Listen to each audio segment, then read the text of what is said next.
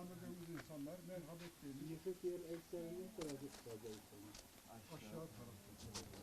Böyle yeme, gıda bilmem neyinde yani gerçekten sizlerden de, devletten de, diğer şahıs kişilerden de Allah razı olsun. Yani fazlası şu anda sadece işte hepimizin elinde artık şey olmuş. Yani bunları şarj etmek için yani elektriği veremediler. Teller kopup bilmem ne, yani sular yok. Sular var. Sular yani çok evde var. Biz o şeyde kestik.